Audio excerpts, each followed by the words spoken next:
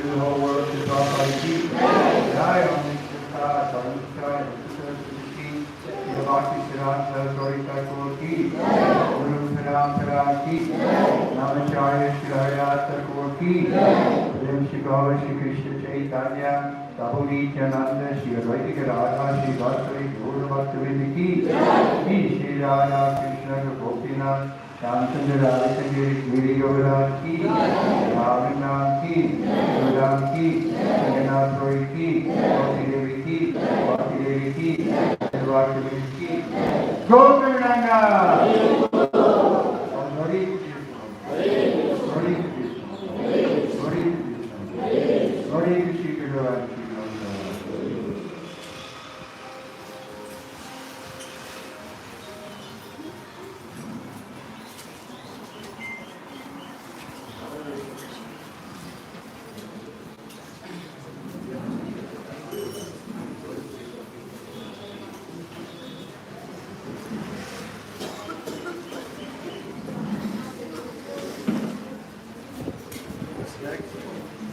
Yeah, Bhagavatam class 2. You have your class now. I will give an introduction and then we can have a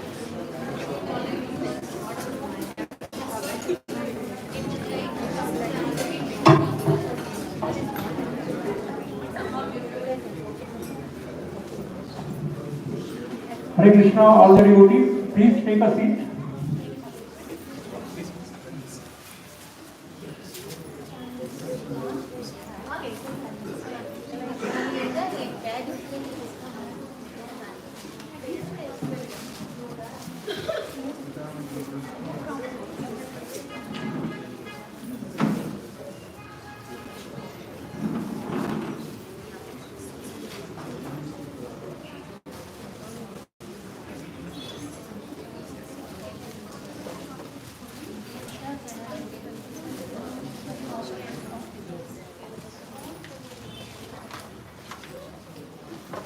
Hare Krishna, I request everyone to please take the seats. And the first thing is, please switch off your phones or put it on a vibrate mode. Please let us not give any kind of disturbance to Maharaj. Please switch off your phones.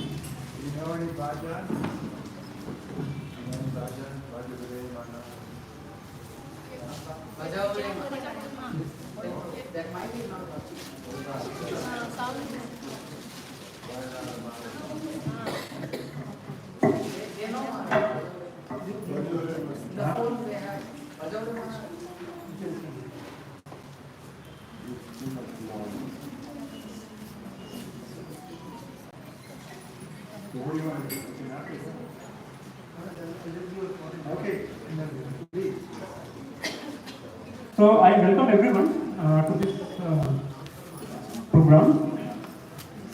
His Holiness Trivikrama Swami Maharaj has come here to give us his association and a wonderful class on Srimad Bhagavatam. I would like to give a short introduction about him. His Holiness Trivikrama Swami Maharaj was born in 1941. Maharaj was staunch sannyasi for more than 54 years. One of the senior leaders and Iskcon Guru was initiated by His Divine Grace A.C. Bhaktivedanta Swami Prabhupada in 1969 and given sannyas initiation in 1971. With just one instruction from His Divine Grace Srila Prabhupada, based on the letter dated March 7, 1970, Los Angeles, USA, Maharaj has willingly accepted renounced order of life and dedicated whole life in the service of Srila Prabhupada. Maharaj and His Grace Jayapataka Swami Maharaj served together as co-directors of Mayapur in the beginning years of 1970. Presence on the planet, Maharaj was regularly assigned by His Divine Grace to spread Krishna consciousness in various countries worldwide, such as USA, England, Japan, Taiwan, the Philippines, and India. Maharaj has served as the temple president at various centers and also is a pioneer in opening and expanding many centers, helping in preaching about Krishna consciousness. Srila Prabhupada personally said about him, he will always go wherever I send him. Letter to Mukunda, Los Angeles, 28 July 1969. So far as Trivikrama is concerned, he is a super first class brahmachari. His service attitude, his submission is very nice, although he is still a new member. Letter to Satadhanya, Bombay, 28 March 1973. I am very much glad to hear that you have decided to return to Japan and help Trivikrama Maharaj. I have heard from Trivikrama that they are distributing large amounts of BTGs there in Tokyo, 500 to 1000 per day. His Holiness is well known for his loyalty and obedience to Srila Prabhupada's teachings, mood and mission. Maharaj has rendered so many personal services such as driving and giving massages to Srila Prabhupada regularly. After Srila Prabhupada's departure, His Holiness made sure that Srila Prabhupada's position as a founder Acharya of Iskcon would not be compromised by playing an active role in the Guru reform movement. Later on, His Holiness is actively preaching in parts of Eastern Europe such as Poland, Ukraine, Belarus, Lithuania, Latvia, and the Czech Republic. Maharaj has been accepting disciples on behalf of his spiritual master and Iskcon since 1987 and is well known for ecstatic kirtans, bhajans and profound lectures with practical applications for the teachings and instructions of Srila Prabhupada. Recently, Maharaj also started traveling and preaching in Germany, Spain, Slovakia, Bulgaria and other places. So please raise our hands and heartily welcome Maharaj by saying a big round of Hari Bol.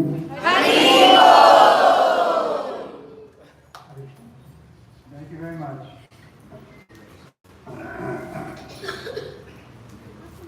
So, you're going to sing Adivayamana. I can just thank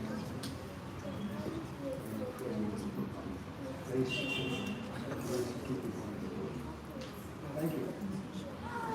Majore mana Shinandanandana Abhaya Saranara Vindure Majore mana Shinandanandana Abhaya Saranara Vindure Majore mana Shinandanandana Abhaya Saranara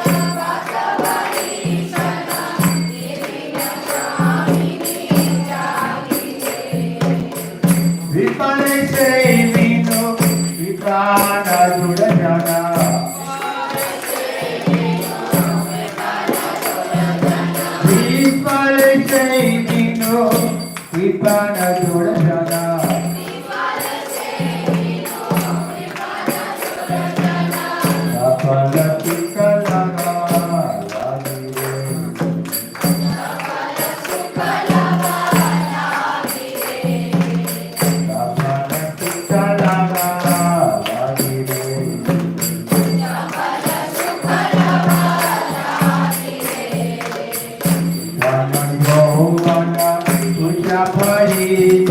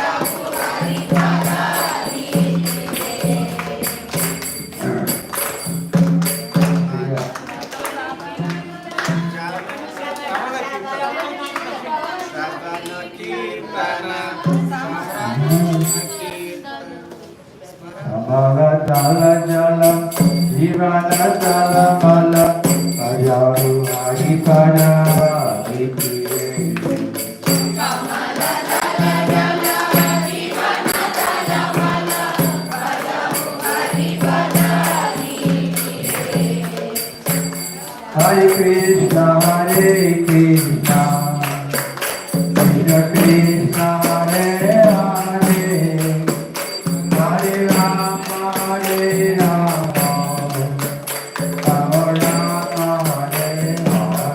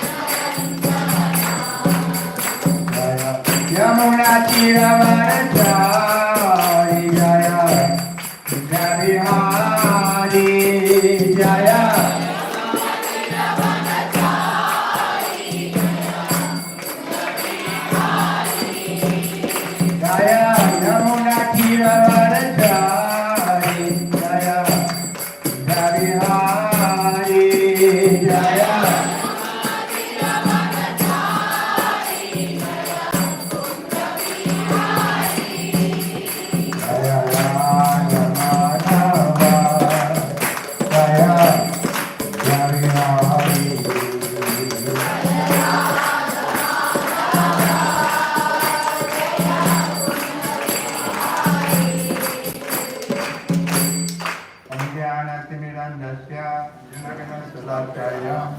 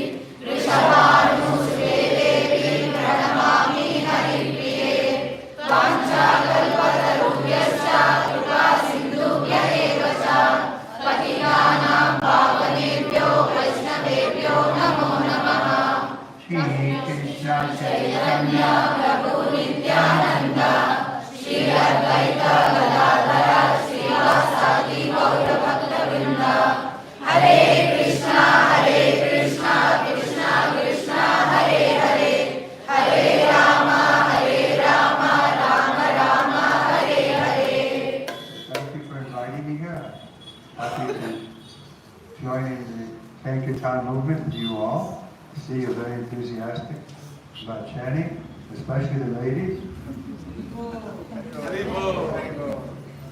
And you have to get the men to be so fired up. Okay. Because I'm used to going to this temple, there's 5 or 6 women in the back, and there's like 15 brahmacharis. This is like a little reverse, but it's refreshing.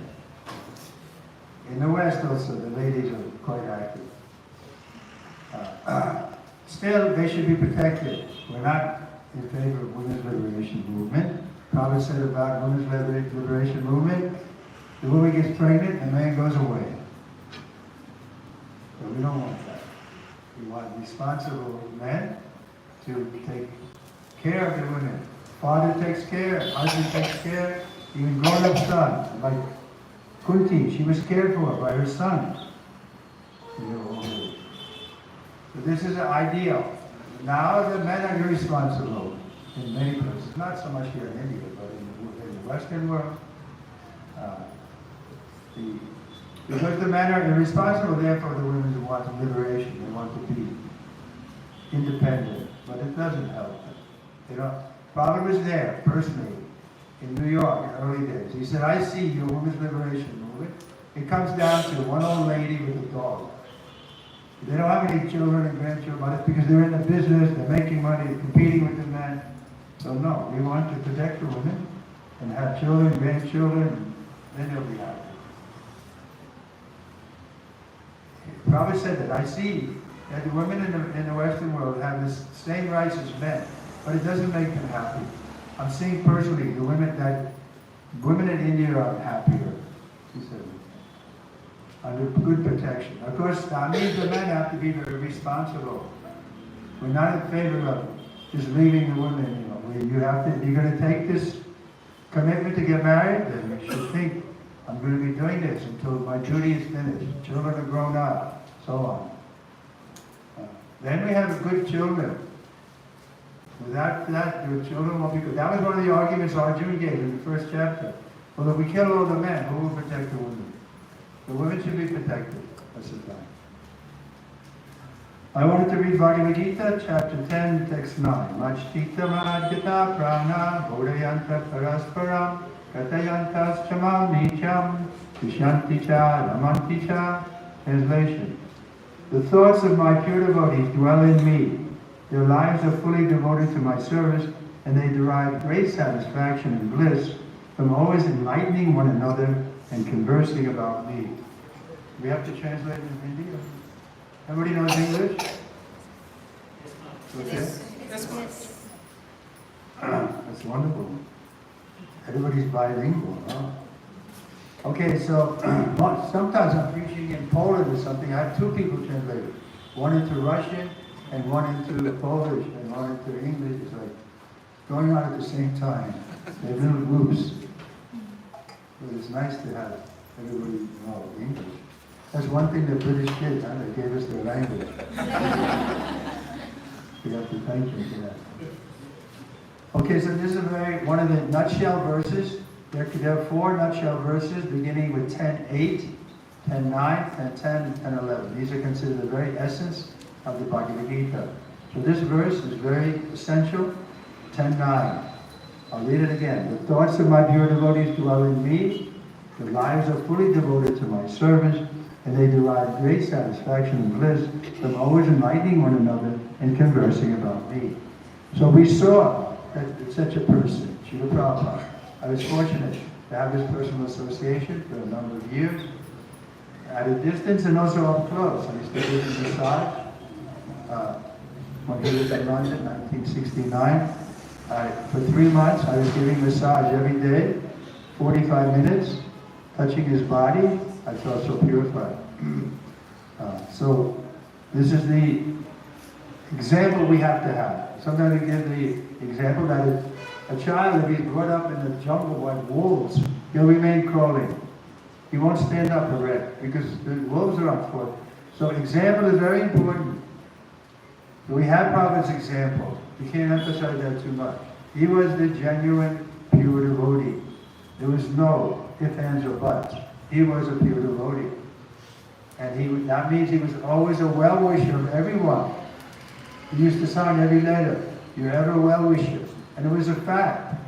How much capacity he had to come here, old man. Come here, I think I'm in America. To come to the West at an old age, with no money, no friend, heart attack, second heart attack, seasickness. But he persevered, so determined, so much compassion.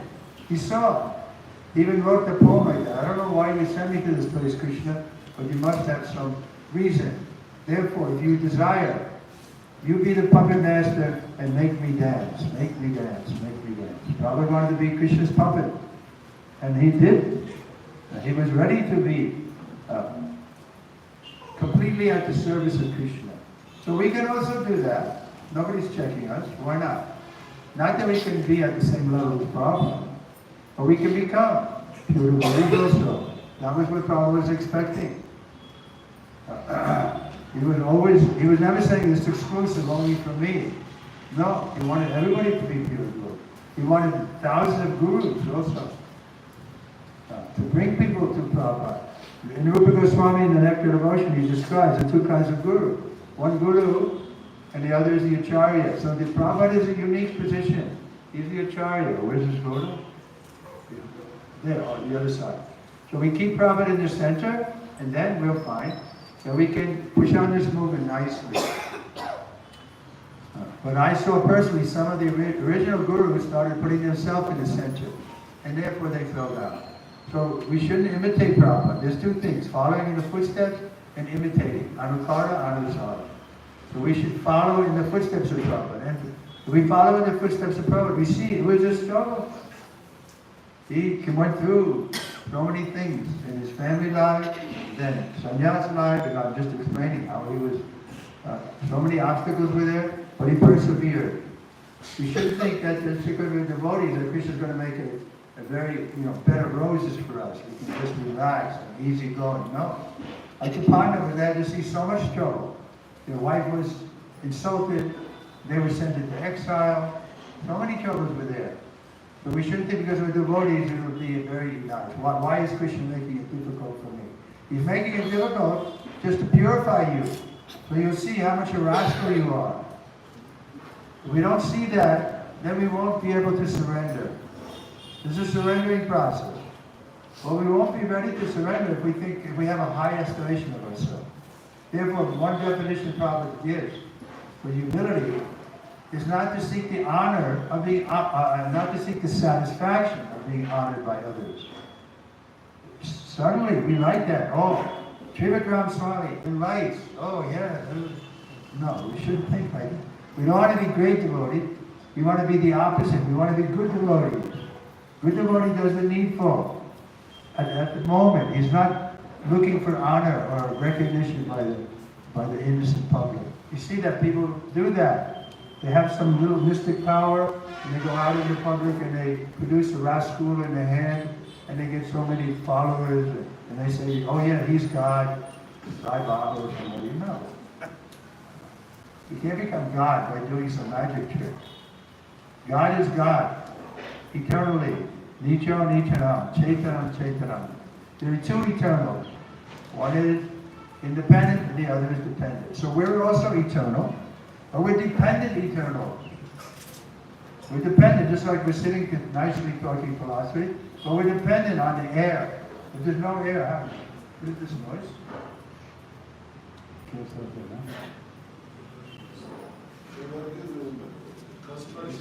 Next building?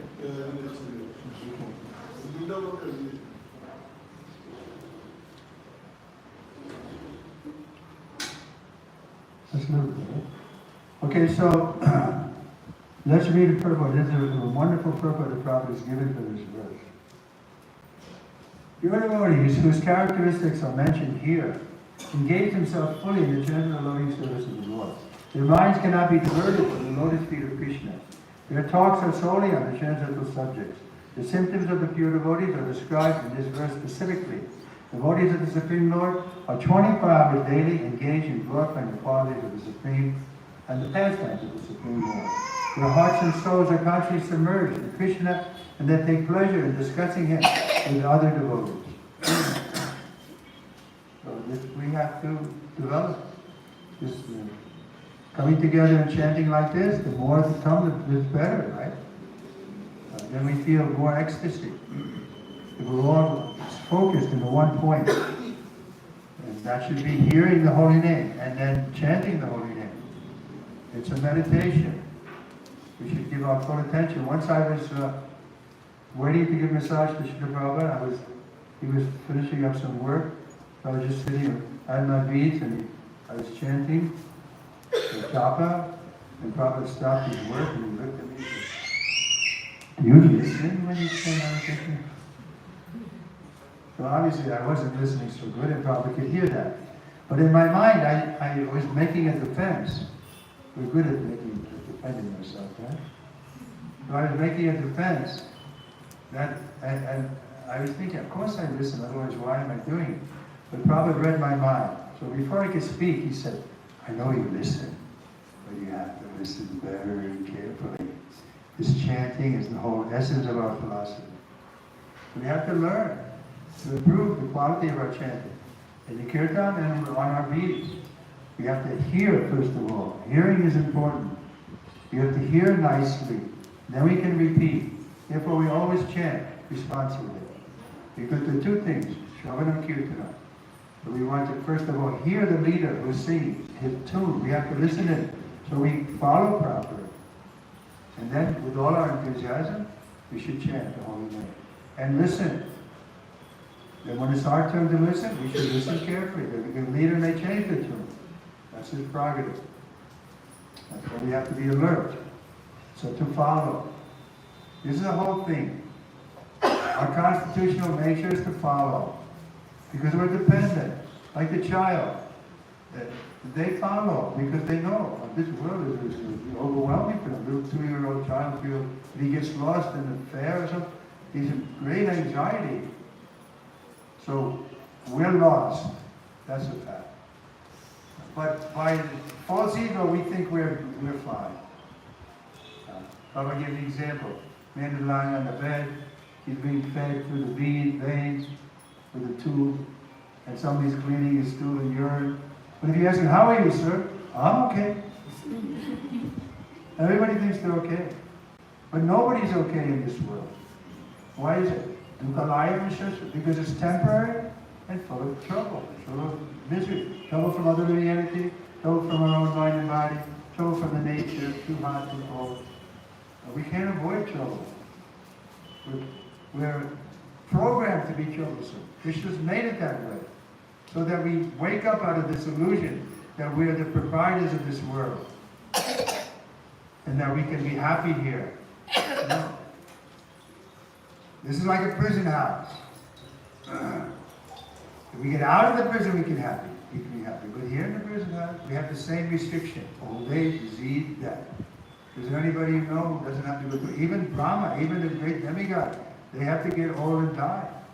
So we want to get out of the material world. This is our objection, our object.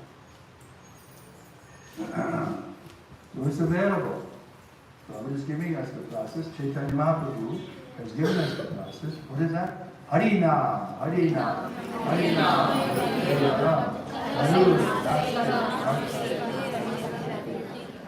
In this Kali Yuga, there's no other way, no other way, no other way. Not by yoga, not by jnana, not by karma.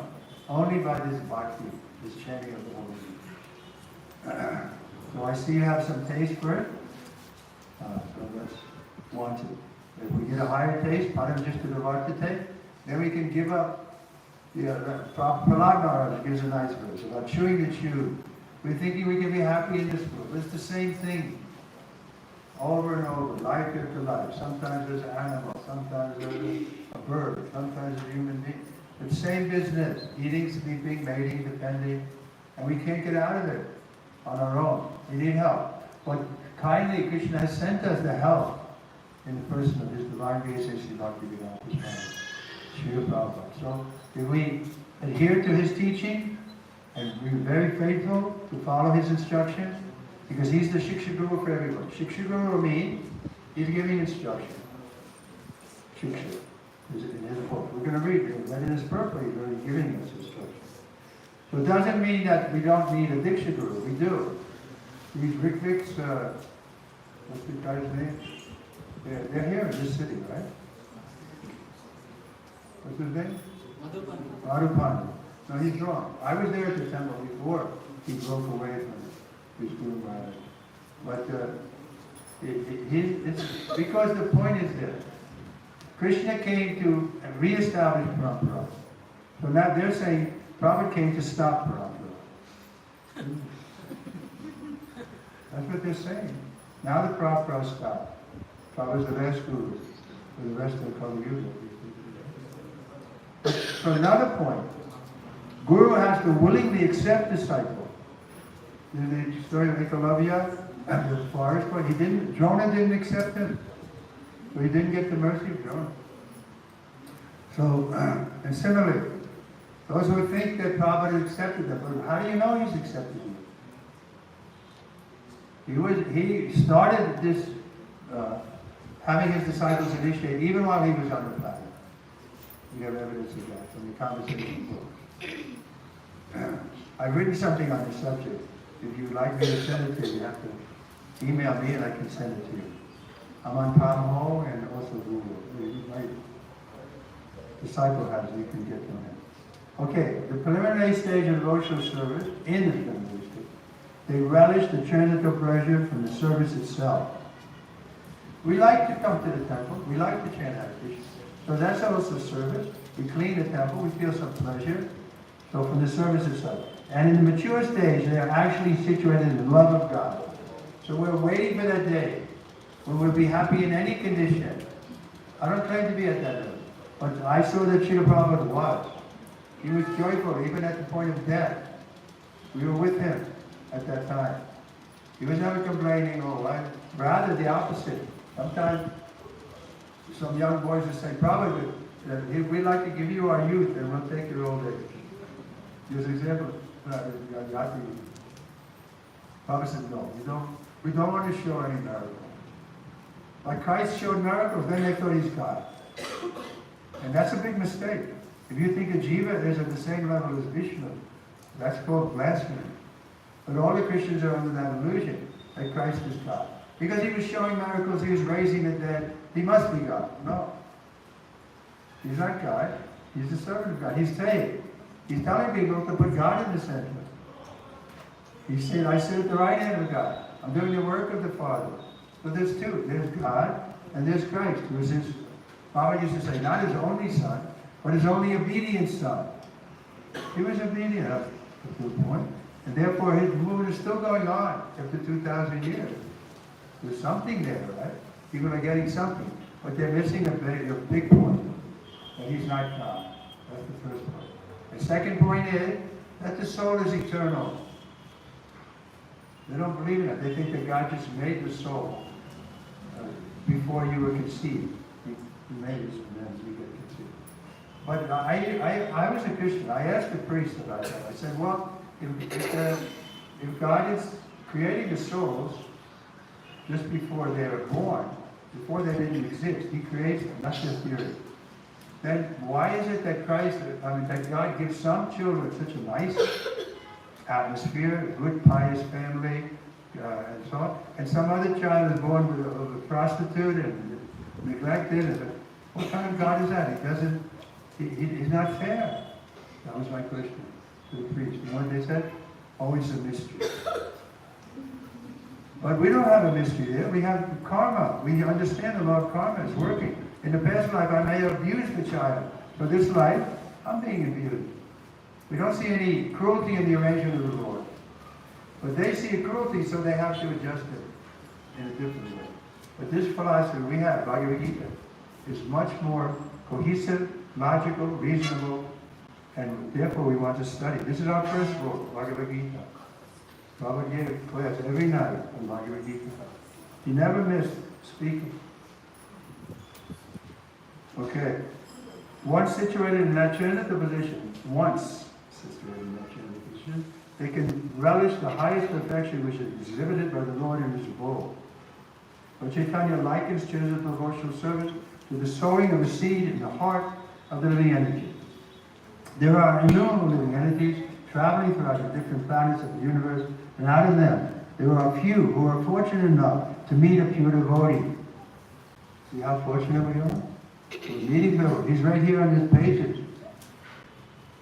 So this is how fortunate we are, that we met a pure devotee and get the chance to understand devotional service. Otherwise, people don't understand it. They think it's a cult or some, something strange. How many people who live in this country? 1.4 billion. More than 1 billion. Yeah. Yeah, so we have a lot of work to do. How many people know about Krishna? I mean, really know. I see it more than in the West. But still, there's a lot of work we can do to give people a chance. Because this is a great good fortune. We've got that great good fortune, and we should share it with others. The devotional service is just like a seed. If it is sown in the heart of a living entity, and if he goes on hearing and chanting, Hare Krishna, Krishna Krishna, Hare Hare, Hare Rama, Rama Rama, Hare Hare. That seed fructifies, just as a seed of a tree fructifies with regular watering. The spiritual plant of devotional service gradually grows and grows until it penetrates the covering of the pure universe and enters into the Brahma Jyoti effulgence in the spiritual sky. In the spiritual sky also, that plant grows more and more until it reaches the highest planet, which is called the Loka Vrindavan, the supreme planet of Krishna. Ultimately, the plant takes shelter under the lotus feet of Krishna and rests there. Gradually, as the plant grows fruits and flowers, the plants of devotional service also produce fruits, and the watering process in the form of chanting and hearing goes on. This plant of devotional service is fully described in the Chaitanya Madhya Lila, chapter 19. And it is explained there that when the complete plant takes shelter under the lotus feet of the Supreme Lord, one becomes fully absorbed in love of God. Then he cannot live even for a moment without being in contact with the Supreme Lord. Just as a fish cannot live without water.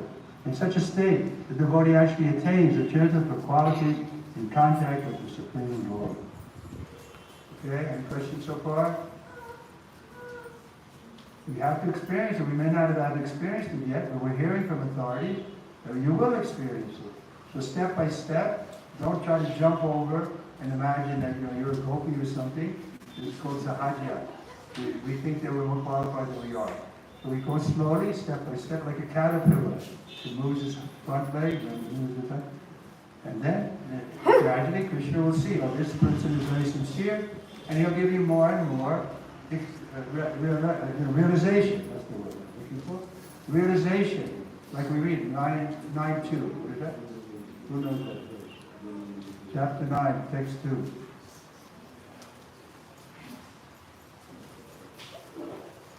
Very important verse.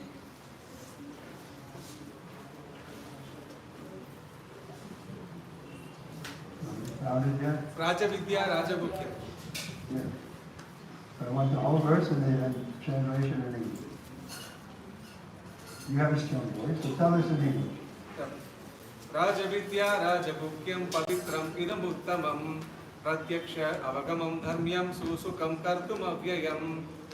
This knowledge is the king of education, the most secret of all secrets.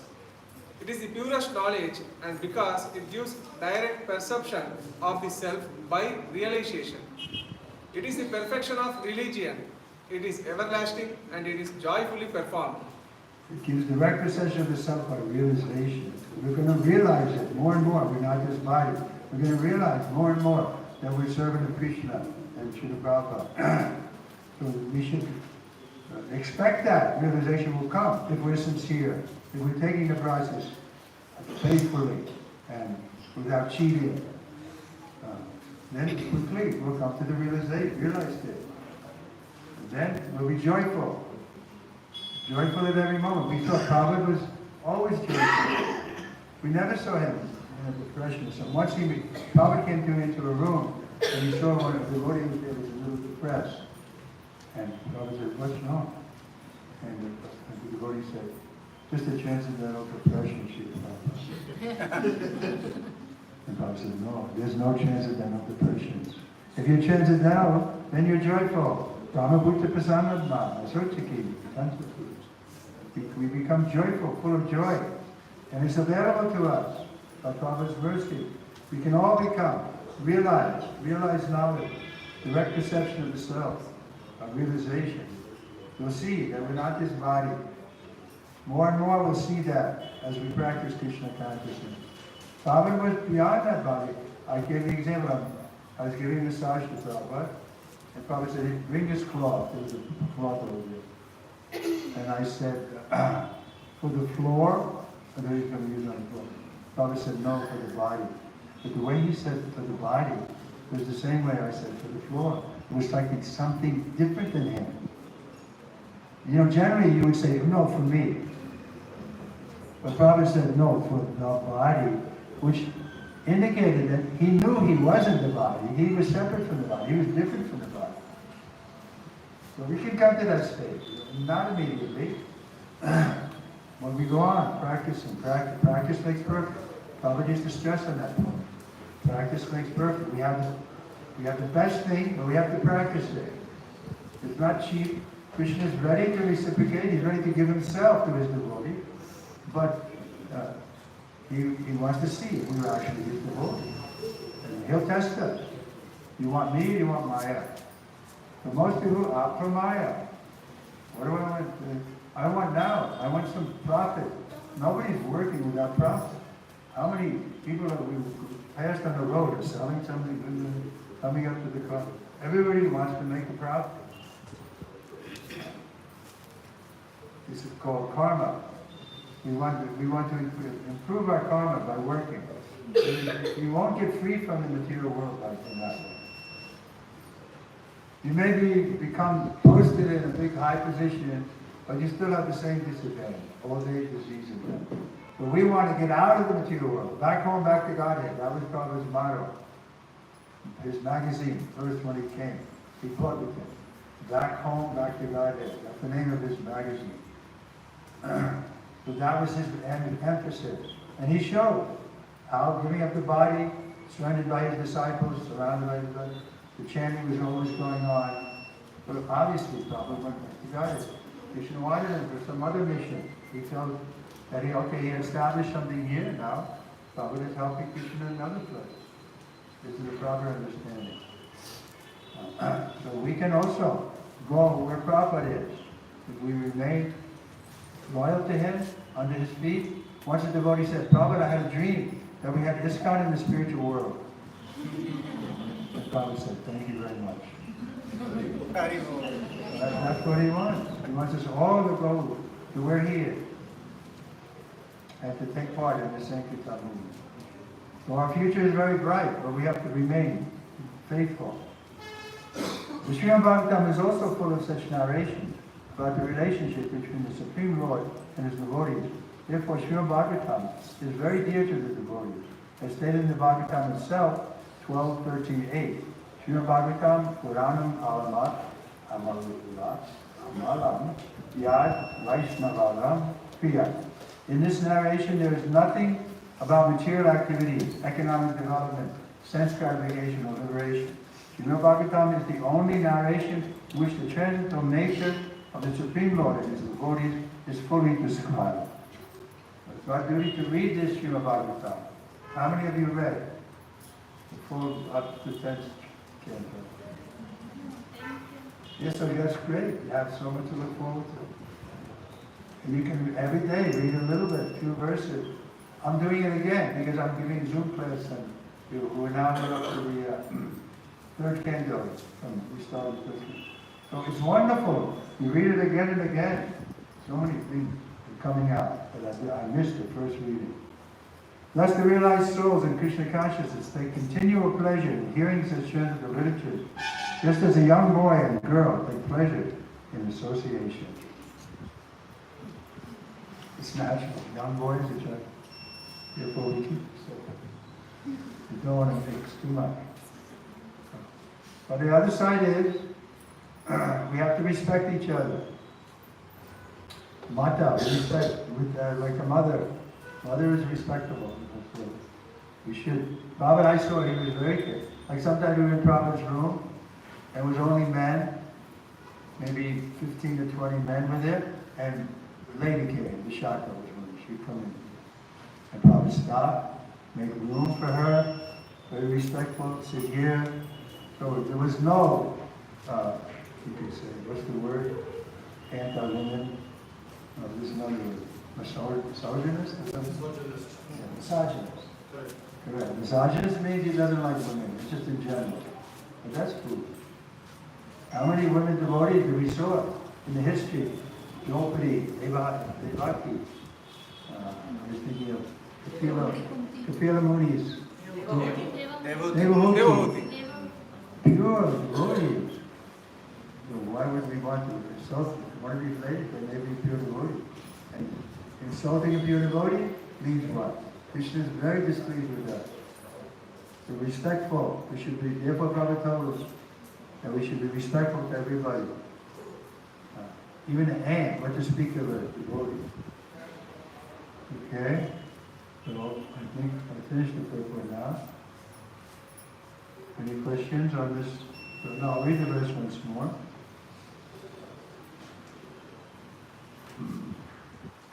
The thoughts of my pure devotees dwell in me. Their lives are fully devoted to my service, and they derive great satisfaction and bliss from always enlightening one another and conversing about me. Drishanti cha, Ramanti cha. So it's open, anybody can take part. You don't have to have a PhD or something. Rather, those who are over-intelligent, it's harder for them. I saw Prabhupada preaching to some of the people in the Mensa Society. That's a society where you have to have an IQ of over 140 to enter. They couldn't understand, because when Prabhupada was talking to this, he couldn't understand he's not the body. He couldn't. So what is the use of having a big IQ? Those who are carried away, they may be very smart, but they can't understand the simple thing. This is a simple philosophy. God is great, we're small, we're meant to serve Him. Boss. So, why do you have to have a PhD to understand that? No. Better not to. Prabhupada wasn't in favor of sending people to the university. Even with me. Like I told you I was giving massage.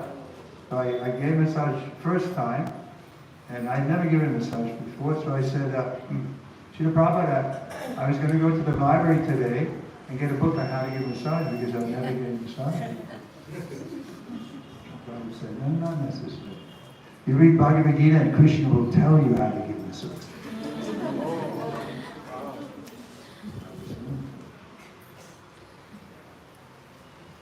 Of course, we should read our literature. We have so much literature. Kirtan&Lecture, Bhagavatam, Gita, Brahma-Samhita, so much literature is there. But we don't have to collect knowledge. Maybe for your work, you have to get some knowledge so you make money. But for spiritual life, it doesn't help you. It just clogs your brain with so many things. In other words, we can hire an electrician to fix the light bulb or some trouble with it. But you can't hire a devotee. Devotees have to be inspired from within, otherwise they can't get. I can't sit here in front of all you people and talk like this unless I feel inspired by Krishna and Prabhupada.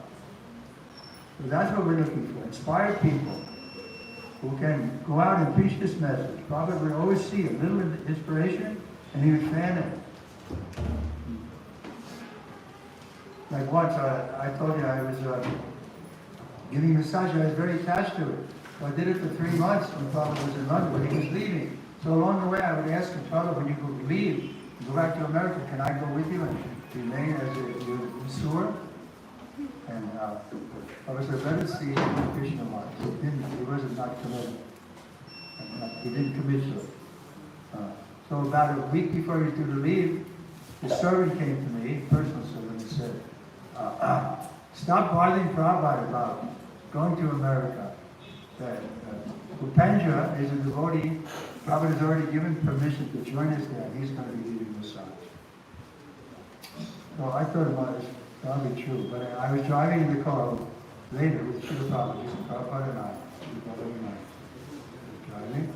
We were in London, so it's the same way you drive here, on the wrong side. Anyway, I said to Prabhupada, in very clear voice, I said, Srila Prabhupada, Purushottam, that was Prabhupada's servant, Purushottam said that Upendra is going to be giving you massage when you come back to America. But I spoke very clearly, and Prabhupada's response was utter silence.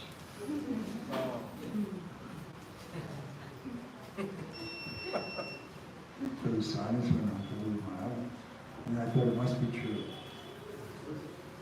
And then I resigned myself to it. Okay, I'm not going. I reconciled. I surrendered to the fact that I wasn't going. But still the silence was there.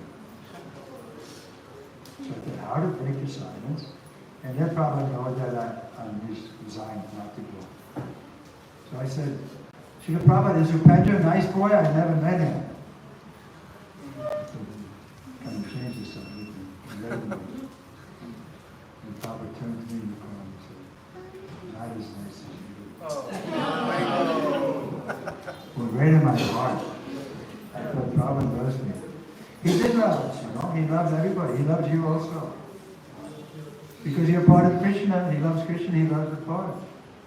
This is his status as a pure devotee. And he's always trying to help them. But it's voluntary. You can't force anybody. Many people left, even the Prabhupada's present. They even wanted him to so bold as to ask Prabhupada for a blessing that he could find in the Guru. Imagine? So these people were attracted. That's one thing I saw. Because we were going out every day, like in London, crazy people would follow us. Because they thought we were crazy. And they said, wow, these people are crazy. Just like me. But we have to be a little sober and intelligent to understand deeply this philosophy. Otherwise the mind carries us away. Higher than the mind is intelligence. So we're looking for an intelligent class of men to consider and make a choice on their own. Each one individually has to choose. Yes, I want to be a devotee. Even the husband doesn't agree, you can still choose. Why not? How can he stop you from being a devotee? You can offer your food to Krishna. You can chant Hare Krishna when he's gone. Maybe none of you wives have that problem. But sometimes it comes up. They ask, Swamiji, well, my husband is not a devotee. He doesn't like that I chant Hare Krishna. So what to do? So I said, wait till he goes to work and then chant. No, we shouldn't stop chanting. This is our life. This is our connection to Krishna. This Mahavansha is not different than Krishna. Therefore, we're the Hare Krishna movement, the Hare Krishna people. But we're proud to be the Hare Krishna people. Don't give up this chanting. Even you're having trouble, you fall down like a child, learning how to walk. Get up again and keep trying. So you may have problems, that's expected, but don't loiter there. So you realize you made a mistake and come out of it. And go back to the four Veda principles and chanting Hare Krishna. Then Krishna will forgive you. He's not cruel. He's looking to collect more and more. He comes and speaks Bhagavad Gita. He sends his servants like Srila Prabhupada. So we shouldn't think that there's any malice from Krishna's side. But in this material world, there's so much malice, so much envy. And therefore, it's the material world. In the spiritual world, there's nothing like that. No false ego. Okay? No questions yet? I can tell another story. You like a story where Prabhupada chastised me? People usually like those stories. So I was giving a massage, and Prabhupada, we had the first big open program in London. And a lot of people came, and quite a few Hindus. London is full of Hindus. And one of them was interrupting Prabhupada.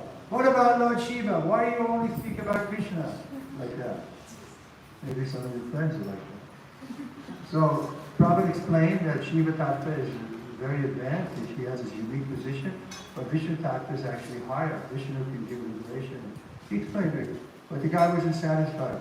And as Prabhupada continued his discourse, he interrupted again, and he stood up in front of everybody. I don't know exactly what he said. And Prabhupada said to him, "Sit down, you are nonsense." And we never saw Prabhupada so bold. I mean, I liked it. But generally, Prabhupada was so mild and weak even. So it was a series of lectures. So the next day, I was giving him massage again, and he was due to speak that night. So I was thinking, I was getting him in shape for another knockout performance. And he was going to fight it, so I was getting him ready for the fight. Even more than that, I was thinking like, you and me probably, we could take over the world.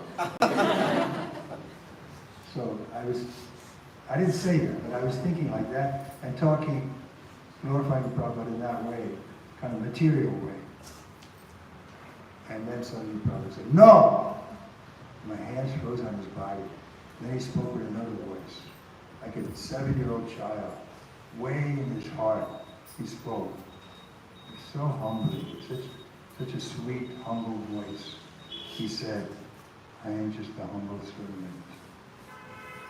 And when he said that, I felt so embarrassed. I thought, this person is such an aristocrat. I should be in the same room with him, with the speaking, touching his body. And he was a rug like this. I thought I should go under the rug. So Prabhupada made me a little humble because of his genuine humility. I was obliged to become a little humble in his presence. But this is the key. He was always humble. How was he humble? He was being worshipped wherever he went. People were coming up. He was the center, big master, guru. But he was always remembering his spiritual master and Krishna. So in that relationship, he was a humble. So he wasn't artificial when he said, "I'm just a humble servant." He thought of himself as a humble servant. The servant of the servant of the servant of the servant of the gopis and so on. So now he was genuinely humble. But he could be like fire for Krishna. We should be like that. A lamb at home and a lion on the house. So preaching is like we have to be bold sometimes. Especially if they offend Krishna. Like once we were coming back from Iskcon in London, and we were going on the underground to come back to the subway. And there's a guy selling papers on the top, and I was alone. So he said something bad about Krishna. Well, that is Krishna shit, something derogatory about Krishna. And I stopped. I said, "You better be careful. I'm going to throw you down these stairs." And he said, "I thought you were pacifist." Because monks, Buddhist monks. I said, "Well, you thought wrong." So we have to be ready to, look at Sati gave up her body because her husband was being insulted by her father. So we have to fight, but of course, Lord Chaitanya says, we don't have to fight with physically. We should use our words to fight.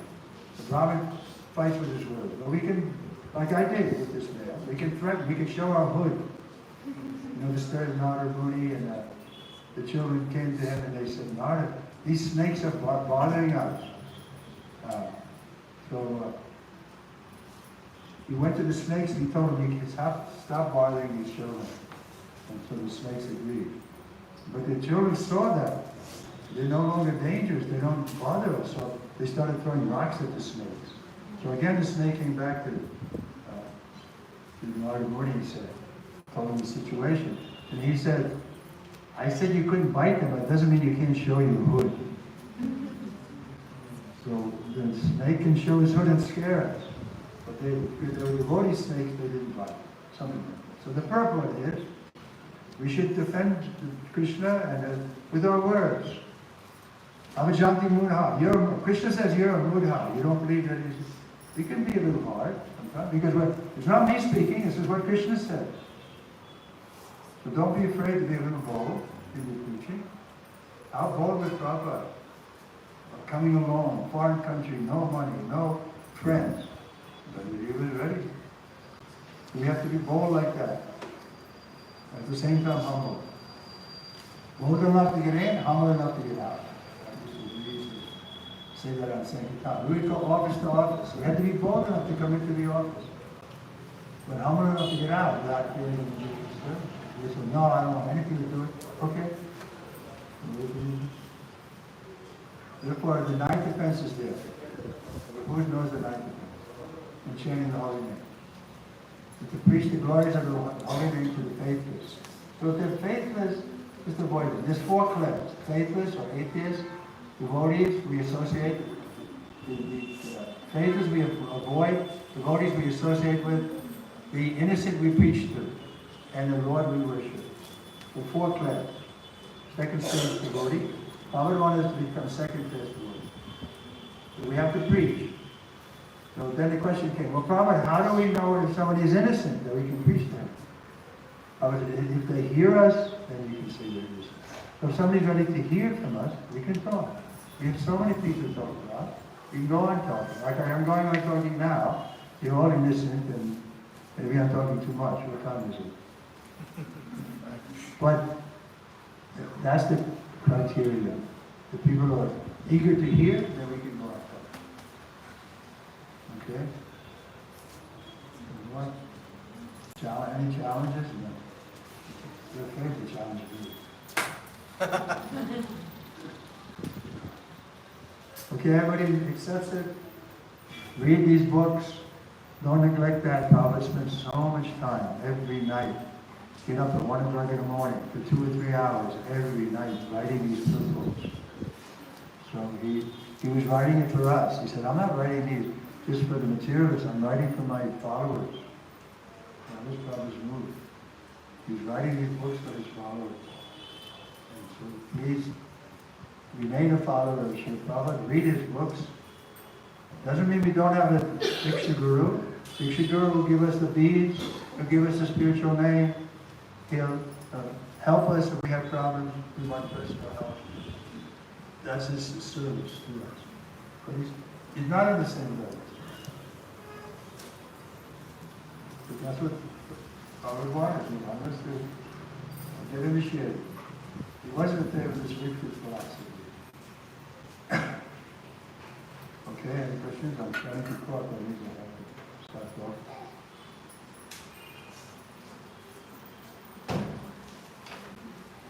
I have a nice book that we wrote. We had copies of it.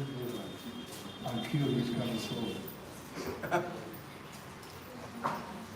This is not a Duval. He's from here. Somewhere else. Where are you from? That's where he joined. But now he's preaching in Poland. I met him there. And he's going to be Grihasta soon. Honest man, works hard. So we're not against Grihastas. Now Mood was there a little bit. I saw it, my fellow sannyasis, they were ridiculed Grihastha. But those who were ridiculed, they felt they also became Grihastha. So, Robert was a Grihastha. Like you know, we have a lot of respect for the Grihasthas.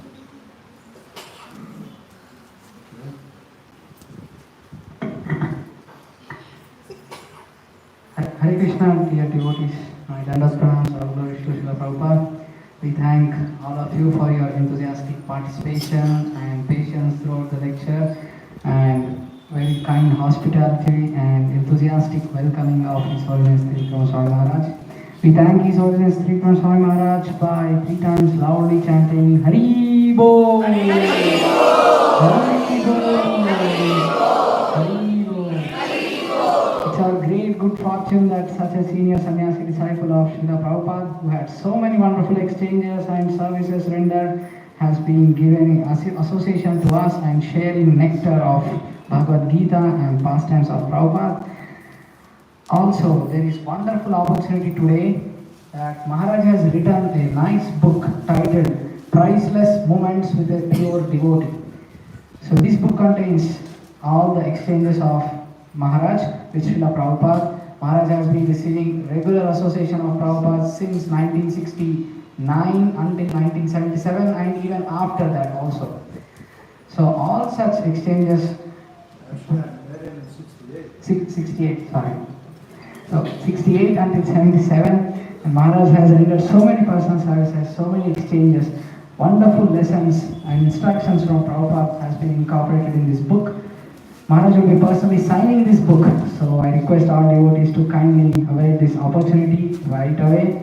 This book has been received very warmly and highly appreciated by all the senior leaders in Iskcon, like His Holiness Jayapataka Maharaj, Radhanath Maharaj, Indradumna Maharaj, Bhakti Vikas Maharaj, Satsvarup Maharaj, and the list goes on. I kindly request devotees to please come and collect the books personally signed by Maharaj. We charge only 200 rupees as a donation. So, Mataji's and Prabhu's, I request kindly, please.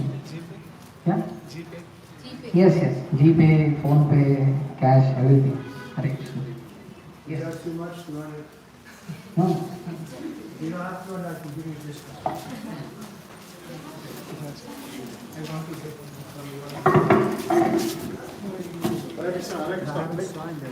Please form a line. Please, yeah, please form a line. Haribol, please form a line. Please kindly form a line and cooperate with the Haribol. Everybody will get service. Let's not crowd. Yes, yes. You can collect the books and then you can pay to me after. Yes. Please form a line.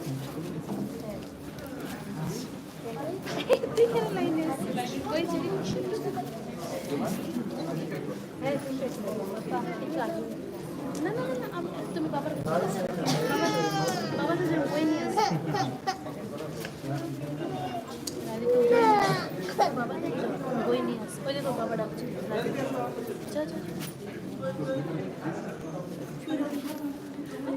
I should have signed you before I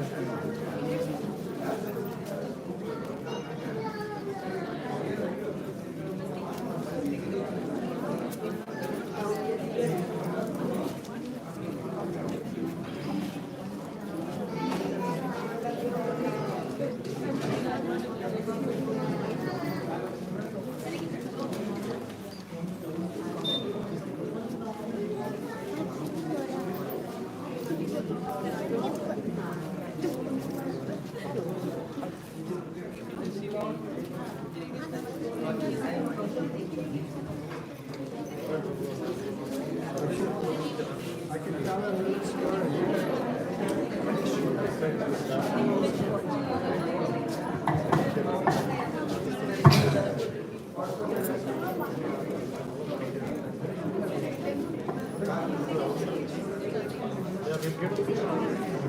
So now I want to say about this picture on the front. Hare Krishna. The people in here, the other one in front. So on this picture, Prabhupada's in the front and I'm behind her with my Dada. And this shot of us here. And I remember what I was thinking. Yeah, I looked a little stern. I was thinking, Why is he getting so close to Prabhupada? Maybe he'll get under his feet or he'll trip or something. So that was my thought. I remember what I was thinking when I was in charge, taking care of Prabhupada's feet. Once I took Prabhupada's feet, when I was giving him side, and at the end, he always finished with his feet. I took his 2 feet and put them on his chest. Prabhupada looked at the guy. His first reaction was he was shy. That guy was doing that. He knew it was just then his eyes changed and he accepted it. This is my duty as a guru. I have to take this service. And then I kept looking at the guy. What did he do sitting on this?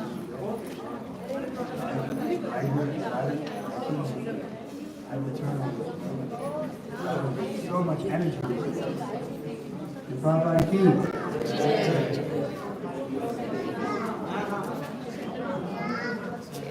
I think that story is here. Who's next? None of these old books we have? দিচ্ছ বই না sign করে নিও না Next.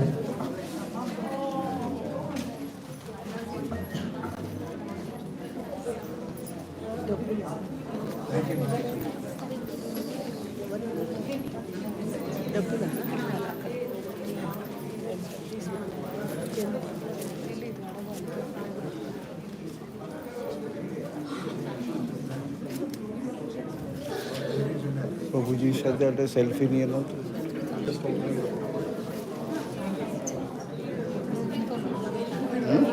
आप कीजिए photo click कीजिए लेते वक्त ও পাশে গিয়ে দাঁড়া নিয়ে যাচ্ছি